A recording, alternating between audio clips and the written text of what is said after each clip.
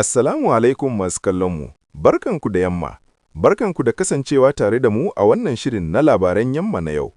Ni ne mai gabatar muku da shirin kuma ga manyan labaran da muka tanadar. Kanan labarai. Gwamnatin tarayya ta ayyana sabbin ranakun hutu ga 'yan ƙasa. Rikici na ƙara tsananta a wasu sassan duniya. Farashin kayayyaki na ci gaba da tashin goron zabo. Sabbin ci gaba a harkar fasaha da intanet. Cikakken labari. Gwamnatin tarayya ta sanar da ayyana ranakun hutu domin bikin ƙasa. Wannan mataki ya zo ne domin baiwa 'yan ƙasa damar gudanar da bukukuwansu cikin kwanciyar hankali. Jama'a da dama sun bayyana ra'ayoyinsu dangane da wannan hukunci.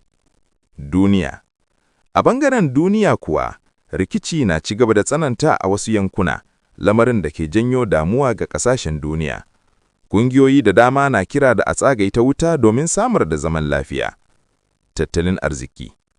Farashin kayayyaki a kasuwanni na ci gaba da hauhawa, wanda ke ƙara jefa al'umma cikin wahala. Masana tattalin arziki na duba hanyoyin da za a bi domin rage wannan matsala. Fasaha. A bangaren fasaha kuwa, ana ci gaba da samun sabbin kirkire-kirkire da ke sauƙaƙa rayuwar ɗan adam, musamman a fannin sadarwa da kasuwanci ta yanar gizo.